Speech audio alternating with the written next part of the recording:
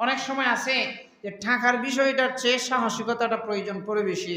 যেমন ধরেন রাত্রি নিশীথে আপনি এখন বানিয়াচং থেকে আসতেছেন, গাড়ি আপনার দুইজন, আপনি বাইক চালাইতেছেন, পিছনে যেই ব্যক্তি বসা সে আপনার সাথে যাইতেছে, এমন সময় দূরে দেখতেছেন ডাকাইতের সম্ভাবনা আছে, পিছন দিক দিয়ে ডাকাত আসতেছে।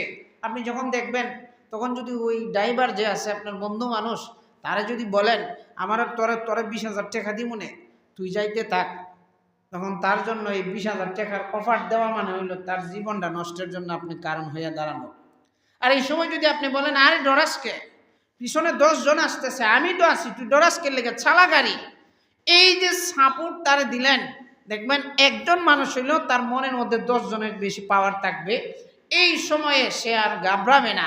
এমন একটা সময় আসে জীবনের, যে সময়ের মধ্যে টাকার চেয়ে মানসিক প্রশান্তি, মানসিক সহযোগিতার প্রয়োজন পড়ে বেশি।